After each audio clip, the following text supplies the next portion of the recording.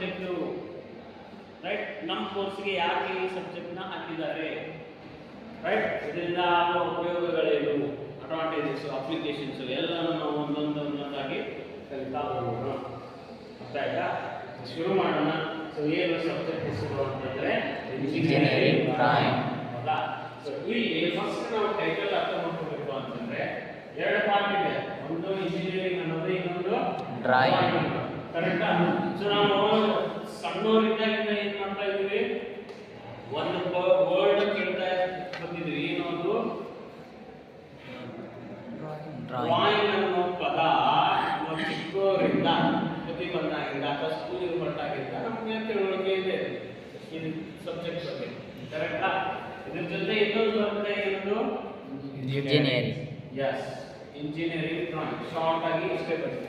Engineering short ಆಗಿ ಇಷ್ಟೇ ಬರೀಬಹುದು. Engineering drawing. ಕರೆಕ್ಟಾ? ರೈಟ್. ಸಿ, ಕೆಲವೊಂದು ವಿಷಯಗಳನ್ನು ನಾವು ಹೇಗೆ ಕಲಿತೀವಿ, ಬೇಗ ಹೇಗೆ ಕಲಿಯಬಹುದು ಅಂತಂದ್ರೆ ಕಲಿಯೋ ಸಲುವಾಗಿ ಒಂದನ್ನ ಅದನ್ನ ನಾವು ಏನು ಟಾಪಿಕ್ ಕಲಿತಾ ಇದ್ದೇವಲ್ಲ ಅದನ್ನ ಇನ್ನೊಂದ್ರ ಜೊತೆ ಕಂಪೇರ್ ಮಾಡಿದಾಗ ಅಥವಾ ಹೋಲಿಕೆ ಮಾಡಿದಾಗ ನಮಗೆ ಬೇಗ ಕಲಿಯೋಕೆ ಈಸಿ ಆಗುತ್ತೆ. ಅರ್ಥ ಆಗ್ತದಾ? ಫಾರ್ ಎಕ್ಸಾಂಪಲ್, ಈಗ 100 ml ವಾಟರ್ ಕೊಡ್ತೀನಿ, ನೀರು ಕೊಡ್ತೀನಿ, 100 ml ನೀರು ಕೊಡ್ತೀನಿ, ಕುಡಿ ಅಂತ ಹೇಳ್ತೀನಿ, ಕುಡಿಬೋದು. ಅದೇ 1000 ml ಕೊಡ್ತೀನಿ, ಒಂದೇ ಹೇಳ್ತೀನಿ ಕುಡಿ ಅಂದ್ರೆ ವಿಚಾರ ಮಾಡ್ತಿರಲ್ಲ, 1000 ml ಕುಡಿಯೋಕೆ ಆಗ್ತಾ ಇಲ್ಲ ಅಂತ. ಅರ್ಥ ಆಯ್ತಾ? ಅಂದ್ರೆ ಅವು ಎರಡು ಕಂಪ್ಯಾರಿಸನ್ ಗೊತ್ತಿದೆ. 100 ml ಅಂದ್ರೆ ಎಷ್ಟು ಇರುತ್ತೆ? 1000 ml ಅಂತಂದ್ರೆ ಒಂದು ರೆಗ್ಯುಲರ್ ವಾಟರ್ ಬಾಟಲ್ ಬರುತ್ತೆ, 1 ಲೀಟರ್. 1 ಲೀಟರ್ ಕಂಪ್ಯಾರಿಸನ್ ಗೊತ್ತಿದೆ ತಾನೆ? 100 ml ಕುಡಿಬೋದು, ಒಂದೇ ಲೀಟರ್ ಕುಡಿಬೋದು. ಅದೇ 1000 ml ಕುಡಿ ಅಂತಂದ್ರೆ ಕಷ್ಟ ಆಗುತ್ತೆ. ರೂಢಿ ಇಲ್ಲ ಅಂದ್ರೆ ಕುಡಿಯೋಕೆ ಕಷ್ಟ ಆಗುತ್ತೆ. ರೈಟ್. ಸೊ ಅದು ಹೇಗೆ ನಿಮಗೆ ಬುದ್ಧಿಗೆ ಬಂತು?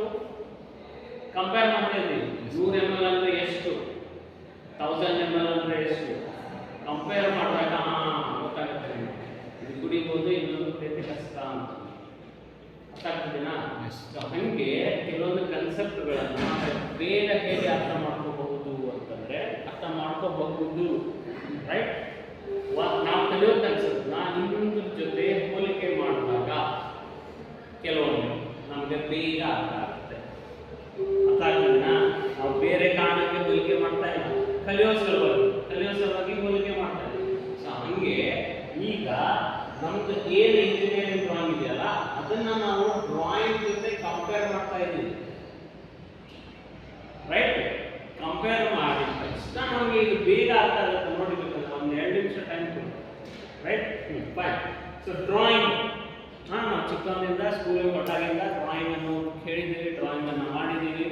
ಡ್ರಾಯಿಂಗ್ ಜೊತೆ ನಮಗೆ ಗೊತ್ತಿದೆ ಒಟ್ಟಲ್ಲಿ ಡ್ರಾಯಿಂಗ್ ಅಂದ್ರೆ ಏನು ಅಂತ. ಕರೆಕ್ಟಾ? ಸೊ ಡ್ರಾಯಿಂಗ್ ಅಂದ್ರೆ ಏನು ಬರುತ್ತೆ ನಮ್ಮ ತಲೆಯಲ್ಲಿ? ಚಿತ್ರ. ಕರೆಕ್ಟಾ? ಸೊ ಡ್ರಾಯಿಂಗ್ ಅಂದ್ರೆ ನಿಮಗೆ ತಲೆಯಲ್ಲಿ ಏನು ಬರುತ್ತಪ್ಪ? ಚಿತ್ರ ಬರುತ್ತೆ. ರೈಟ್. ಸೊ ಅದನ್ನ ನೀವು ಸ್ಕೆಚರ್ ಅನ್ಬೋದು, ಡಯಾಗ್ರಾಮ್ ಅನ್ಬೋದು, ಸ್ಕೆಚರ್ ಅನ್ಬೋದು, ಡಯಾಗ್ರಾಮ್ ಅಂತ ಅನ್ಬೋದು. ಕರೆಕ್ಟಾ? ಇದನ್ನ ನಾವು ಟೆಕ್ನಿಕಲ್ ಆಗಿ ಕರೆಕ್ಟಾ ಇಂಗ್ಲಿಷ್ ಅಲ್ಲಿ ಹೇಳ್ಬಹುದು ಅಂತಂದ್ರೆ it's a graphical representation. What it is? Graphical representation. ಅದನ್ನ ನಾವು ಏನಂತ ಕರಿತೀವಿ? ಡ್ರಾಯಿಂಗ್ ಅಂತ ಕರಿತೀವಿ. ಕರೆಕ್ಟಾ? ರಿಪ್ರೆಸೆಂಟ್ ಅಂದ್ರೆ ಅಲ್ಲಿ ನಾವು ಈಗ ನಮ್ಮ ಕ್ಲಾಸ್ ಇದೆ. ರೈಟ್. ಸೊ ಏನೋ ಒಂದು ಇನ್ಫಾರ್ಮೇಶನ್ ಕೊಡೋದಿತ್ತು ಅಂತಂದ್ರೆ ಏನ್ ಮಾಡ್ತೀವಿ ನಾವು? ಇಡೀ ಕ್ಲಾಸಿಗೆ ಪ್ರತಿಯೊಬ್ಬರಿಗೂ ಹೇಳೋದು ಟೈಮ್ ತಗೊಳ್ಳೋದು. ಅವಾಗ ಏನ್ ಮಾಡ್ತೀವಿ? ಒಬ್ಬರನ್ನ CR ಅಂತ ಮಾಡ್ತೀವಿ, ಲೀಡರ್ ಅಂತ ಏನ್ ಕರಿತಿದ್ವಲ್ಲ ಅದು ನೀವು ಬರ್ತಾ ಕಾಲೇಜ್ ಲೆವೆಲ್ಗೆ ಬಂದಾಗ ಏನಾಗುತ್ತೆ? CR ಲೀಡರ್ ಅಂತ. CR ಅಂತಂದ್ರೆ ಕ್ಲಾಸ್ ರಿಪ್ರೆಸೆಂಟೇಟಿವ್. ಏನದು? Class representative. ಅಂದ್ರೆ ಇವನ್ನ CR ಮಾಡಿದ್ವಿ, ನಿಮ್ಮ ಬ್ಯಾಚ್ಗೆ ಇವನ್ನ CR ಮಾಡಿದ್ವಿ ಅಂತ ತಕ್ಷಣ ಏನರ್ಥ? ಅದು ನೀವೆಲ್ಲರದ್ದು ಏನಿರುತ್ತೆ? ರಿಪ್ರೆಸೆಂಟೇಷನ್ ಒಂದೇ ಇರುತ್ತೆ. ಅಂದ್ರೆ ಏನಾದ್ರು ನಿಮ್ಮ ಕ್ಲಾಸಿಗೆ ಇನ್ಫಾರ್ಮೇಶನ್ ಕೇಳೋದಿತ್ತು ಅಂದ್ರೆ ಕರೆಕ್ಟಾ? ಊಟ ಟೈಮ್ ಆಗಿರುತ್ತಲ್ಲ, ಎಲ್ಲರೂ ಅಲ್ಲೂ ಇರ್ತೀರ, ಪ್ರತಿಯೊಬ್ಬರಿಗೂ ನಾವು ಇನ್ಫಾರ್ಮೇಶನ್ ಅವಾಗ ಏನು ಮಾಡ್ತೀವಿ ನಾವು ಸಿ ಆರ್ ಅಂತ ಕರಿತೀವಿ. ಏನೋ ಒಂದು ಇನ್ಫಾರ್ಮೇಷನ್ ಇದೆ, ನಾಳೆ ಫಂಕ್ಷನ್ ಇದೆಪ್ಪ, ನಾಳೆ ಟೆಸ್ಟ್ ಇದೆ ಅಂತ ಇವನಿಗೆ ಇನ್ಫಾರ್ಮ್ ಮಾಡಿದ ತಕ್ಷಣ ಅವನೇನು ಮಾಡ್ತಾನೆ, ನಿಮ್ಮೆಲ್ಲರಿಗೂ ಇನ್ಫಾರ್ಮೇಷನ್ನ ಪಾಸ್ ಮಾಡ್ತಾನೆ. ಅರ್ಥ ಆಯ್ತಾ? ಸೊ ಇದು ನಮ್ಮ ಸೈಡಿಂದ ಹೋಗೋದಾಯ್ತು. ಇನ್ನು ನಿಮ್ಮ ಸೈಡಿಂದ ಬರೋದಿತ್ತು, ಏನೋ ಒಂದು ರಿಕ್ವೆಸ್ಟ್ ಇತ್ತು, ಟೈಮ್ ಟೇಬಲಲ್ಲಿ ಏನೋ ಚೇಂಜ್ ಮಾಡೋದಿತ್ತು, ಅದು ಏನೋ ಸಣ್ಣ ಪುಟ್ಟ ರಿಕ್ವೆಸ್ಟ್ ಇತ್ತು. ಅವಾಗ ನೀವು ಇಷ್ಟು ಎಲ್ಲರೂ ಬರೋದು ಸರ್ಸ್ ಅಥವಾ ಟೀಚರ್ಸ್ ಅಥವಾ ಪ್ರಿನ್ಸಿಪಲ್ಸ್ ಜೊತೆ ಮಾತಾಡೋದಕ್ಕಿಂತ ಎಲ್ಲ ಇನ್ಫಾರ್ಮೇಷನ್ ಇವನಿಗೆ ಕಳಿಸೋದು. ಇವನೇನು ಮಾಡ್ತಾನೆ, ಇವನು ಬಂದು ಮಾತಾಡ್ತಾನೆ. ಅರ್ಥ ಆಗ್ತಿದೆನಾ? ಸೊ ನೀವು ಇಡೀ ಕ್ಲಾಸ್ನ ಇವನು ಪ್ರೆಸೆಂಟ್ ಮಾಡ್ತಾನೆ, ರಿಪ್ರೆಸೆಂಟ್ ಮಾಡ್ತಾನೆ. ಅರ್ಥ ಆಗ್ತಿದ್ದೇನೆ? ರಿಪ್ರೆಸೆಂಟ್ ಅನ್ನೋ ಮೀನಿಂಗ್ ಇಡೀ ಕ್ಲಾಸ್ನ ಒಬ್ಬ ರಿಪ್ರೆಸೆಂಟ್ ಮಾಡ್ತಾನೆ. ಇಂಡಿಯನ್ ಕ್ರಿಕೆಟ್ ಟೀಮ್ ಬನ್ನಿ, ಯಾರು ರಿಪ್ರೆಸೆಂಟ್ ಮಾಡ್ತಾರೆ? ಕ್ಯಾಪ್ಟನ್. ಹೌದಿಲ್ಲ? ಕ್ಯಾಪ್ಟನ್ ಬಂತು ಅಂತಂದ್ರೆ ಇಡೀ ಟೀಮ್ ಬಂದಂಗೆ ಅದು. ಹೌದಿಲ್ಲ? ಸೊ ಹಾಗೆ ಇಡೀ ಟೀಮ್ನ ಒಬ್ಬರು ರಿಪ್ರೆಸೆಂಟ್ ಮಾಡ್ತಿರ್ತಾರ, ಇಲ್ಲಿ ಕ್ಯಾಪ್ಟನ್. ಅರ್ಥ ಆಗ್ತಿದೆನಾ? ಸೊ ಹಾಗೆ ಕರೆಕ್ಟ್. ಸೊ ಇಲ್ಲಿ ಏನಂತ ಕರಿತೀವೋ ಡ್ರಾಯಿಂಗ್ ಅನ್ನೋದನ್ನ ಗ್ರಾಫಿಕಲ್ ರಿಪ್ರೆಸೆಂಟೇಷನ್ ಅಂತ ಕರಿತೀವಿ. ಗ್ರಾಫಿಕ್ ಅಂದ್ರೆ ಏನು? ಸ್ಕೆಚ್, ಡಯಾಗ್ರಾಮ್ ಅಂತ ಅರ್ಥ. ಅಂದ್ರೆ ಒಂದು ಯಾವುದೋ ಚಿತ್ರ ರೂಪದಲ್ಲಿ ಇರುತ್ತೆ. ಸೊ ಅದನ್ನು ಗ್ರಾಫಿಕಲ್ ರಿಪ್ರೆಸೆಂಟೇಷನ್ ಅಂತ ಕರಿತೀವಿ. ಯಾಕೆ ಇದು ಗ್ರಾಫಿಕಲ್ ರಿಪ್ರೆಸೆಂಟೇಷನ್ ಅಲ್ಲಿ ಇರುತ್ತೆ ಅಂತಂದ್ರೆ, ಈಗ ನೋಡಿ, 1 ತಾಸು ಪಾಠ ಮಾಡ್ತೀನಿ ಅನ್ಕೊಳ್ಳಿ, ಇಡೀ ತಾಸು 1 ತಾಸು ಪಾಠ ಮಾಡಿದೆ, ರೈಟ್? ಸಂಜೆ ಹೊತ್ತು ಅಥವಾ ನಾಳೆ 1 ತಾಸು ಕ್ಲಾಸಲ್ಲಿ ಏನೇನು ಕೇಳಿದ್ರಿ ಅನ್ನೋದು ಯಥಾವತ್ತಾಗಿ ಒಂದು ಪಾಯಿಂಟ್ ಬಿಡೋದೇ ಹೇಳೋಕೆ ಸಾಧ್ಯನಾ? ಪ್ರಾಕ್ಟಿಕಲ್ ಆಗಿ ಹೇಳೋಕೆ ಸಾಧ್ಯನಾ? ಇಲ್ಲ, ಕಷ್ಟ ಆಗಿಬಿಡುತ್ತೆ. ಯಾಕಂದ್ರೆ 1 ತಾಸು ಪ್ರತಿಯೊಂದು ಪಾಯಿಂಟ್ ನೆನ್ಪಿಡೋದು ಕಷ್ಟ ಆಗ್ಬಿಡುತ್ತೆ. ಯಾಕೆ? ಕೇಳಿರ್ತೀವಿ ನಾವು. ನಾನೇನು ಹೇಳಿದೆ? ಪಾಠ ಮಾಡಿರ್ತೀವಿ, ಪಾಠನ ಕೇಳಿರ್ತೀರ. ಅರ್ಥ ಆಯ್ತಾ? ಸೊ ಅದೇ ಒಂದು ಮೂವಿ, ಮತ್ತೆ ಅದೇ ಎಕ್ಸಾಂಪಲ್ ಬರೋಣ, ಯಾಕಂದ್ರೆ ಅದು ಬೇಗ ಅರ್ಥ ಆಗುತ್ತೆ, ರೈಟ್? ಒಂದು ಮೂವಿಗೆ ಹೋಗ್ತೀರಪ್ಪ, 1 ತಾಸು ಪಿಕ್ಚರ್ ನೋಡ್ತೀರಿ, ರೈಟ್? ಮರುದಿನ ಅಲ್ವಾ, 1 ತಿಂಗಳು ಬಿಟ್ಟು ಕೇಳಿದ್ರು ಸ್ಟೋರಿ ಅಂತ ಹೇಳ್ತೀರ. ಸಹಜ ಮನುಷ್ಯನಿಗೆ. ಯಾಕೆ? ವ್ಯತ್ಯಾಸ ಗೊತ್ತಾಗ್ತಿದ್ದೇನಾ? 2 ತಾಸು ಪಾಠ ಕೇಳೋದು, ಅದನ್ನ ವಾಪಸ್ ಕೇಳೋದು ಅನ್ನೋದು. ಅರ್ಥ ಆಯ್ತಾ? ಅದೇ 2 ತಾಸು ಪಿಕ್ಚರ್ ನೋಡೋದು, ಅದನ್ನ ವಾಪಸ್ ಕೇಳಪ್ಪ ಏನಿದೆ ಸ್ಟೋರಿ ಅಂತಂದ್ರೆ ಬಿಟ್ಟು ಬಿಡಲಾರ್ದಂಗೆ ಹೇಳ್ತೀವಿ. ಹೀರೋ ಇಂಟ್ರೊಡಕ್ಷನ್, ಹೀರೋ ಅಲ್ಲಿಂದ ಬಂದ, ಇಲ್ಲಿಂದ ಜಿಗಿದ. ಅರ್ಥ ಆಗ್ತಿದ್ದೇನಾ? With dialogue, with background music. ನೀವು ಮ್ಯೂಸಿಕ್ ಕೊಡ್ತೀರಿ, ಕಡನ್ ಕಡನ್ ಅಂತ ಮ್ಯೂಸಿಕ್ ಕೊಟ್ಟು ಹೇಳ್ತೀರಿ, ಕರೆಕ್ಟಾ? ಸೊ ಯಾಕೆ ವ್ಯತ್ಯಾಸ ಅರ್ಥ ಆಗ್ತಿದ್ದೇನಾ? 2 ತಾಸು ಪಾಠ ಕೇಳಿದ್ದು ವಾಪಸ್ ಕೇಳೋದು ಅನ್ನೋದು, 2 ತಾಸು ಪಿಕ್ಚರ್ ನೋಡಿದ್ದು ವಾಪಸ್ ಅದ್ರ ಕಥೆ ಏನಿದೆ, ಏನಾಯ್ತು ಅನ್ನೋದು ಹೇಳೋದು, ಕರೆಕ್ಟಾ? ಏನು ವ್ಯತ್ಯಾಸ ಬಂತು ಇಲ್ಲಿ? ಒಂದು ಪಾಯಿಂಟ್ ನಿಮ್ಗೆ ಇಂಟ್ರೆಸ್ಟ್, ಕರೆಕ್ಟಾ? ಫಿಲ್ಮ್ ಇಂಟ್ರೆಸ್ಟ್ ಇಂದ ನೋಡಿದ್ವಿ, ಓಕೆ, ಒಬ್ಬಳು ಕ್ಲಾಸಲ್ಲಿ ಅರ್ಧ ಕ್ಲಾಸ್ ಇಂಟ್ರೆಸ್ಟ್ ಇರ್ಬೋದು, ಇನ್ನು ಅರ್ಧ ಕ್ಲಾಸು ಇಲ್ಲದೆ ಇರ್ಬೋದು, ಕರೆಕ್ಟಾ? Okay, okay. ಇನ್ನೊಂದು ಪಾಯಿಂಟ್ ಏನು ಬರೋದು ಅಲ್ಲಿ ಅಂತಂದ್ರೆ ಗ್ರಾಫಿಕ್ಸ್. ಗ್ರಾಫಿಕ್ ಅಂತಂದ್ರೆ ಚಿತ್ರ, ಡಯಾಗ್ರಾಮ್. ಸೊ ಪಾಠ ಮಾಡ್ತಿರ್ತೀವಿ, ಕೇಳ್ತಿರ್ತೀರ, ಏನು ಹೇಳ್ತೇವೆ? ಬರೀ ವಾಯ್ಸ್, ಹೌದಾ? ಸೊ 2 ತಾಸು ಪಾಠ ಮಾಡಿದೆ, ಬಾಯಿಂದ ಮಾತಾಡ್ತೀವಿ, ಅದನ್ನ ನೀವು ಕೇಳ್ತೀರ, ಕರೆಕ್ಟಾ? ಸೊ ಅದಕ್ಕೆ ಅದನ್ನ ನಾವು ನೆನ್ಪಿಡೋದು ಸ್ವಲ್ಪ ಕಷ್ಟ, ಇಂಪಾಸಿಬಲ್ ಅಂತ ಹೇಳೋದಿಲ್ಲ, ಸ್ವಲ್ಪ ಕಷ್ಟ ಆಗಬಹುದು, ರೈಟ್? ಅದೇ 2 ತಾಸು ಮೂವಿ ನೋಡೋದು ಬೇಗ ಕ್ಯಾಪ್ಚರ್ ಆಗುತ್ತೆ ನಮ್ಮ ತಲೆಯಲ್ಲಿ, ಅದು ಬೇಗ ಕ್ಯಾಪ್ಚರ್ ಆಗಿ ಉಳ್ಕೊಳ್ಳುತ್ತೆ. ಯಾಕೆ ಅಂದ್ರೆ ಅಲ್ಲೇನಿರುತ್ತೆ? ಚಿತ್ರ ಇರುತ್ತೆ ಅಲ್ಲಿ, ಹೌದಿಲ್ಲ? ಏನೋ ಬರ್ತಿರ್ತಾನೆ, ಏನೋ ಬರ್ತಿರ್ತಾನೆ, ಇಲ್ಲ ಬರ್ತಾನೆ ಅಂದ್ರೆ ನೋಡ್ತಾ ಇದ್ದೀವಿ ನಾವು, ರೈಟ್? ಸೊ ನೋಡ್ತಾ ಇದ್ದೀವಿ, ಅದು ಗ್ರಾಫಿಕಲ್ ರಿಪ್ರೆಸೆಂಟೇಷನ್. ನೋಡ್ತಾ ವಿತ್ ಸೌಂಡ್, ಡೈಲಾಗ್, ಸೌಂಡ್ ಎಲ್ಲಾನು ಕೇಳ್ತಾ ಇದ್ದೀವಿ. ಸೊ 2 ಕೆಲಸ ಆಗ್ತಿದೆ, ಒಂದು ನೋಡ್ತಾ ಇದ್ದೀವಿ, ಒಂದು ಕೇಳ್ತಾ ಇದ್ದೀವಿ. ಅದಕ್ಕೆ ನಮ್ಮ ತಲೆಯಲ್ಲಿ ಪ್ರಿಂಟ್ ಹೊಡೆದಂಗೆ, ಹಚ್ಚ ಹೊಡೆದಂಗೆ ಎಷ್ಟೋ ದಿನಗಳ ಕಾಲ ಇರ್ತೈತಿ. ಅರ್ಥ ಆಗ್ತಿದೆನಾ? ಇದು ಯಾಕೆ ಇರೋದಿಲ್ಲ ಅನ್ನೋದಕ್ಕೆ ಇದು ಕೂಡ ಒಂದು ರೀಸನ್. ಒಂದೇದು ಇಂಟ್ರೆಸ್ಟ್ ಬಂತು, ಆಲ್ರೆಡಿ ಅದನ್ನೇ ಹೇಳಿದ್ದೆ, ಇಂಟ್ರೆಸ್ಟ್ ಜೊತೆಗೆ ಗ್ರಾಫಿಕಲ್ ರಿಪ್ರೆಸೆಂಟೇಷನ್. ಅರ್ಥ ಆಯ್ತಾ? ನೀವು ನೋಡಿ, ಏನೋ ಒಂದು ಘಟನೆ ಆಗ್ತಿರುತ್ತೆ, ಅದೊಂದು ಒಳ್ಳೆ ಘಟನೆ ಅನ್ಕೊಳ್ಳಿ, ರೈಟ್? ಆ ಘಟನೆನ ನೋಡಿರ್ತೀರ, 10 ನಿಮಿಷದ ಘಟನೆ, ರೈಟ್? ಸೊ ಅದನ್ನ ನೀವು ಕೆಲವೊಂದು ಘಟನೆ ನೋಡಿ ಸಾಯೋದು ಬರೆಯೋದು. ಯಾಕೆ? ಕಣ್ಣಿಂದ ನೋಡಿರ್ತೀರ, ಅಲ್ಲಿಂದ ಸೌಂಡ್ ಇದ್ರೆ ಕಿವಿಯಿಂದ ಕೇಳಿರ್ತೀರ. ಆ ಘಟನೆ ಫ್ರೆಂಡ್ ಅಲ್ಲಿ ಇರೋದಿಲ್ಲ, ಆ ಪ್ಲೇಸಲ್ಲಿ ಇರೋದಿಲ್ಲ, ಆ ಸ್ಥಳದಲ್ಲಿ ಇರೋದಿಲ್ಲ, ಮನೆಯಲ್ಲೇ ಇರುತ್ತೆ. ನೆಕ್ಸ್ಟ್ ಡೇ ಅವನು ಆ ಘಟನೆ ಯಥಾವತ್ತಾಗಿ ಅವನಿಗೆ ವಿವರಿಸ್ತಾನೆ. ಇವನಿಗೆ ಬಹಳ ದಿನಗಳ ಕಾಲ, ಬಹಳ ವರ್ಷಗಳ ಕಾಲ ನೆನಪಿಡೋದು ಸಾಧ್ಯನ ಅಥವಾ ಕಷ್ಟ. ಯಾಕೆ ಅಂದ್ರೆ ಅವನು ನೋಡಿರೋದಿಲ್ಲ, ಇವನು ನೋಡಿರ್ತಾನೆ, ಕಣ್ಣಿಂದ ನೋಡಿರ್ತಾನೆ. ಸೊ ಅದೇನಾಗ್ತೈತಿ, ನಮ್ಮ ತಲೆಯಲ್ಲಿ ಬಹಳ ಟೈಮ್ ವರೆಗೂ ಇರುತ್ತೆ ನೋಡಿರೋದು. ಅರ್ಥ ಆಗ್ತದೇನಾ? ಸೊ ಅದಕ್ಕೆ ನಾವು ಡ್ರಾಯಿಂಗ್ ಅನ್ನ ಗ್ರಾಫಿಕಲ್ ರಿಪ್ರೆಸೆಂಟೇಷನ್ ಅಂತ ಕರಿತೀವಿ. ಒಂದು ಗಿಡ ಬಿಡಿಸು ಅಂದ ತಕ್ಷಣ ಏನಾಗುತ್ತೆ, ಒಂದು ಗಿಡ ಬಿಡಿಸ್ತೀವಿ, ಇದಪ್ಪ ಗಿಡ. ಗಿಡ ಹೇಗಿರುತ್ತೆ ಅಂತ ನಾವು ಒಂದು ತಾಸು ಪಾಠ ಮಾಡೋದು, ಗಿಡ ಹಿಂಗಿರುತ್ತೆ ಅಂತ ತೋರಿಸೋದು, ಅಥವಾ ಲೈವ್ ಕರ್ಕೊಂಡೋಗಿ ಇದೆ ನೋಡಪ್ಪ ಗಿಡ, ಚಿಕ್ಕ ಹುಡುಗರಿಗೆ ಇದು ನೋಡಪ್ಪ ಗಿಡ ಹಿಂಗಿರುತ್ತೆ, ಬೇರ್ ಇರುತ್ತೆ, ಬಡ್ಡಿ ಇರುತ್ತೆ, ಕಾಂಡ ಇರುತ್ತೆ, ಎಲೆ ಇರುತ್ತೆ, ಹಣ್ಣು ಇರುತ್ತೆ, ಹೂ ಇರುತ್ತೆ ಅಂತ ಒಂದು 2 ನಿಮಿಷ ಗಿಡದ ಮುಂದೆ ಕರ್ಕೊಂಡು ಹೋಗಿ ಇದೇ ನೋಡಪ್ಪ ಗಿಡ ಅಂತ ತೋರಿಸ್ಬಿಟ್ರೆ ಒಂದು ಲೈಫ್ ಲಾಂಗ್ ಬರೆಯೋದಿಲ್ಲ. ನೀವು ಹಂಗೆ ಕಲ್ತೀರಿ, ನಾವು ಹಂಗೆ ಕಲ್ತೀವಿ. ಇದು ಗಿಡ ಅಂದ ತಕ್ಷಣ ಗೊತ್ತಾಗುತ್ತೆ, ಸೈಕಲ್ ಅಂದ್ರೆ ಗೊತ್ತಾಗ್ತದೆ. ಕರೆಕ್ಟಾ? ಸೊ ಅದನ್ನೇ ನಾವು 1 ತಾಸಲ್ಲಿ 2 ತಾಸು ಪಾಠ ಮಾಡ್ತೀವಿ. ನಿಮ್ಗೆ ಗೊತ್ತಾಗುತ್ತೆ ಗಿಡ ಅಂದ್ರೆ ರಫ್ ಆಗಿ ನಾವು ಸ್ವಲ್ಪ ಕಲ್ಪನೆ ಕೊಡ್ಬೋದು. ಗಿಡ ನೋಡಿರಲ್ಲ ನೀವು, ಆ ಗಿಡ ಬಗ್ಗೆ ನಾನು ಎಕ್ಸ್ಪ್ಲೇನ್ ಮಾಡ್ತೀನಿ. ಗಿಡ ಬೇರೆ ಹಿಂಗಿರುತ್ತೆ, ಬಡ್ಡಿ ಇರುತ್ತೆ, ಕೊಂಬು ಇರುತ್ತೆ, ರೆಂಬೆ ಇರುತ್ತೆ, ಎಲೆ ಇರುತ್ತೆ, ಹೂ ಇರುತ್ತೆ ಅಂತ ಜಸ್ಟ್ ನಿಮ್ಮದೇ ಆದ ಕಲ್ಪನೆ ಮಾಡ್ಕೋಬಹುದು. ಒಬ್ಬ ಹಸಿರು ಕಲರ್ ಗಿಡ ಕಲ್ಪನೆ ಮಾಡ್ಬೋದು, ಒಬ್ಬ ನೀಲಿ ಕಲರ್ ಗಿಡ ಕಲ್ಪನೆ ಮಾಡ್ಬೋದು. ಯಾಕೆಂದ್ರೆ ನೋಡಿರೋದಿಲ್ಲ, ಹೌದಿಲ್ಲ, ಅವರವರ ಕಲ್ಪನೆಗೆ ಡಿಪೆಂಡ್ ಆಗಿಬಿಡುತ್ತದೆ. ಅದನ್ನೇ ನಾನು ಹೋಗಿ ತೋರಿಸ್ಬಿಟ್ರೆ ಬೇಗ ಅರ್ಥ ಆಗುತ್ತೆ. ಅದಕ್ಕೆ ಇನ್ನೊಂದು ಎಕ್ಸಾಂಪಲ್ ಹೇಳೋದಾದ್ರೆ, ಈಗ ಸೈಕಲ್ ನೋಡೋದು, ರೈಟ್, ಕಾರ್ ನೋಡೋದು ಅಥವಾ ಬೈಕ್ ನೋಡೋದು. ಕ್ಲಾಸ್ ಇರ್ತಾವೆ, ಈ ಸತ್ಯಕ್ಕೆಲ್ಲ ಕ್ಲಾಸ್ ಮಾಡಿದ್ದಾರೆ, ಬೈಕ್ ರೈಡಿಂಗ್ ಮತ್ತೆ car riding classes, right.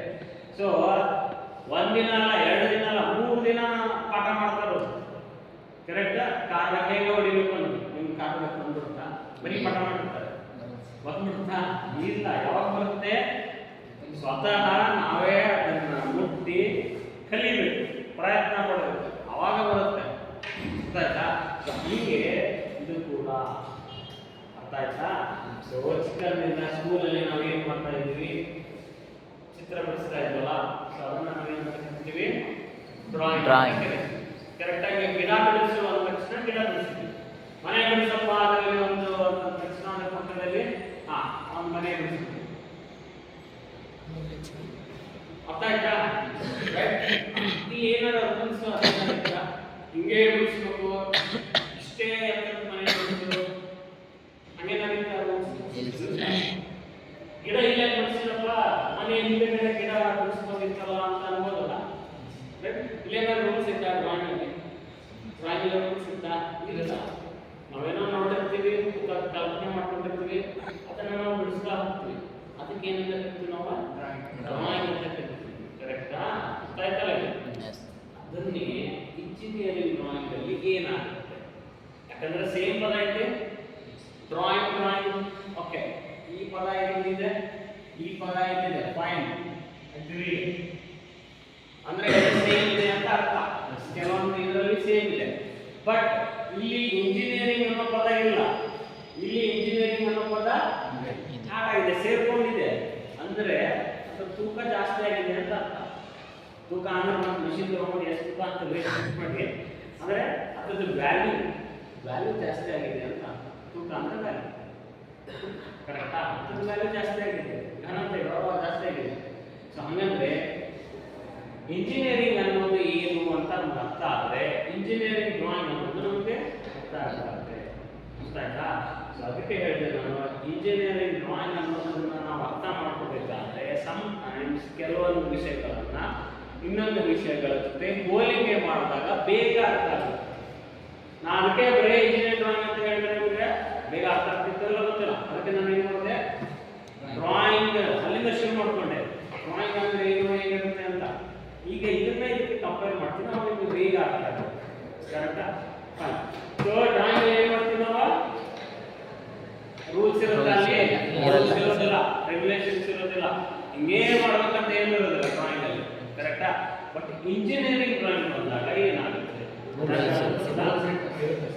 So ಈಗ ಅರ್ಧ ಆನ್ಸರ್ ನಿಮಗೆ ಸಿಕ್ಬಿಡ್ತು.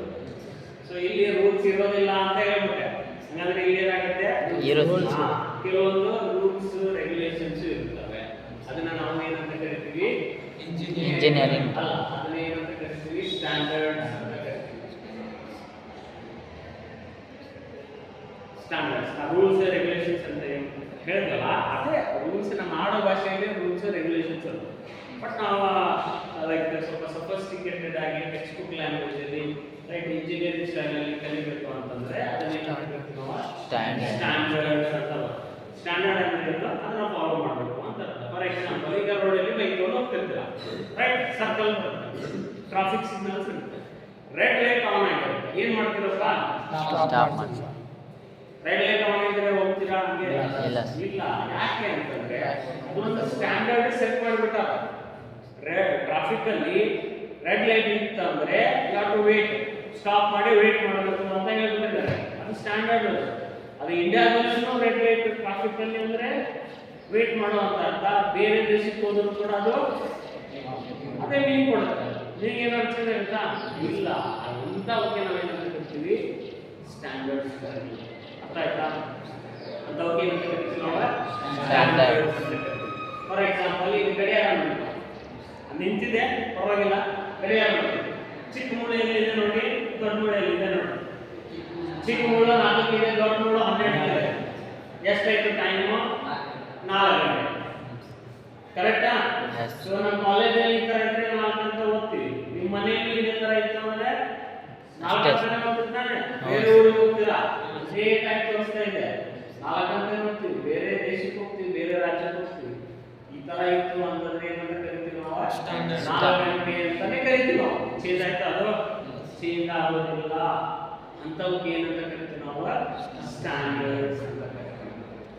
ಅರ್ಥ ಆಗ್ತಿದೆನಾ? ರೈಟ್? ಹಂಗೆ ನಮ್ಮ ಇಂಜಿನಿಯರಿಂಗ್ ಡ್ರಾಯಿಂಗ್ ಬಂದಾಗ ಕೆಲವೊಂದು ಸ್ಟ್ಯಾಂಡರ್ಡ್ಸ್ ಇದೆ. ಅಂದ್ರೆ ಏನಂತ ರೂಲ್ಸ್ ರೆಗ್ಯುಲೇಷನ್ಸ್ ಇದೆ, ಅದನ್ನ ನಾವು ಫಾಲೋ ಮಾಡಬೇಕಾಗುತ್ತೆ. ಬಟ್ ಡ್ರಾಯಿಂಗ್ ಅಲ್ಲಿ ಏನಿರುತ್ತೆ ಅಂತ ಬರೀ ಸ್ಟ್ರಿಕ್ಟ್ ರೂಲ್ಸ್ ರೆಗ್ಯುಲೇಷನ್ಸ್ ಇರೋದಿಲ್ಲ. ಅದು ಅವ್ರವ್ರಿಗೆ ಬಿಟ್ಟಿದ್ದು. ಗಿಡ ಬೆಳೆಸು ಅಂತಂದ್ರೆ ಅವ್ನು ಹೆಂಗಾದ್ರೂ ಬಿಡಿಸ್ಬೋದು, ಚಿಕ್ಕದಾದ್ರೂ ಬಿಡಿಸ್ಬೋದು, ಇಲ್ಲಪ್ಪ ನಾ ಹೆಂಗಾದ್ರೂ ಬಿಡಿಸು. ಅರ್ಥ ಆಯ್ತಾ? ಸೊ ಅದಕ್ಕೆ ನಾನು ಬರೀ ಡ್ರಾಯಿಂಗ್ ಅನ್ನೋದು. ಅಲ್ಲೇನೋ ರೂಲ್ಸ್ ರೆಗ್ಯುಲೇಷನ್ಸ್ ಸ್ಟ್ಯಾಂಡರ್ಡ್ಸ್ ಇರೋದಿಲ್ಲ. ಬಟ್ ಅದೇ ಇಂಜಿನಿಯರಿಂಗ್ ಡ್ರಾಯಿಂಗ್ ಬಂದಾಗ ಏನಾಗುತ್ತೆ? ರೂಲ್ಸ್ ಇರುತ್ತೆ, ರೆಗ್ಯುಲೇಷನ್ಸ್ ಇರುತ್ತೆ. ಅದನ್ನ ನಾವು ಒಟ್ಟಿಗೆ ಎಲ್ಲರೂ ಸೇರಿಸಿ ಸ್ಟ್ಯಾಂಡರ್ಡ್ಸ್ ಅಂತ ಹೇಳ್ತೀವಿ. ಸ್ಟ್ಯಾಂಡರ್ಡ್ ಅನ್ನು ನಾವು ಫಾಲೋ ಮಾಡಬೇಕಾಗುತ್ತೆ. ಒಂದು ಪಾಯಿಂಟ್. ಸೊ ಇನ್ನೊಂದು ಪಾಯಿಂಟ್ ಏನು ವ್ಯತ್ಯಾಸ ನೋಡಿದ್ವಿ ಅಂತಂದ್ರೆ, ಈಗ ನಿಮ್ದು ಒಂದು ಸೈಟ್ ಇದೆಪ್ಪ, ಜಾಗ ಇದೆ, ಅಲ್ಲಿ ಒಂದು ಮನೆ ಕಟ್ಟಬೇಕಂತ ಅಸ್ಯೂಮ್ ಮಾಡ್ತೀವಿ. ಕರೆಕ್ಟಾ? ಸೊ ಸ್ಕೂಲಿಗೆ ಹೋಗೋ ಮಕ್ಕಳಿಗೆ ಜಾಗ ಇದೆಯಪ್ಪ, ಮನೆ ಕಟ್ಟುವ ಅಂತಂದ್ರೆ ಏನ್ ಮಾಡ್ತಾರೆ ಅವರು? ಅವ್ರ ಕಲ್ಪನೆಗೆ ತಕ್ಕಂತೆ ಮನೆ ಕಟ್ಬಿಡ್ತಾರೆ. ಹೌದಾ? ಅದು ಎಷ್ಟು ಚಿಕ್ಕದಿರ್ಬೋದು, ದೊಡ್ಡದಿರ್ಬೋದು, ಅದನ್ನ ಗೊತ್ತಿಲ್ಲ. ಮನೆ ಕಟ್ಟೋ ತಕ್ಷಣ ಕಟ್ಬಿಡ್ತಾರೆ. ಬಟ್ ಅದೇ ನೀವು ಇಂಜಿನಿಯರ್ ಅಂತ ಹೋಗ್ತೀರಾ, ಸಿವಿಲ್ ಇಂಜಿನಿಯರ್ ಅಂತ. ಸರ್ ನಮ್ಮ ಒಂದು ಸೈಟ್ ಇದೆ, ಮನೆ ಕಟ್ಟಬೇಕು ಅಂತ ತಕ್ಷಣ ಅವ್ರು ಏನು ಕೇಳ್ತಾರೆ? ನೆಕ್ಸ್ಟ್ ಇಮಿಡಿಯೇಟ್ ಕ್ವಶನ್, ಎಷ್ಟು ಸೈಟ್ ಇದೆ ಅಂತ ಕೇಳ್ತಾರೆ. ಸೈಟ್ ಇದೆಯಪ್ಪ, ಎಷ್ಟಿದೆ ಅಂದ್ರು? ಚಿಕ್ಕದೈತಾ, ಮೀಡಿಯಂ ಐತಾ, ದೊಡ್ಡದೈತಾ? ಕರೆಕ್ಟಾ? ಅವಾಗ ಏನು ಹೇಳ್ತೀರಾ ನೀವು? ಆನ್ಸರ್ ಏನು ಮಾಡ್ತೀರಾ? ಮೆಷರ್ಮೆಂಟ್ ಹೇಳ್ತೀರಾ ನೀವು.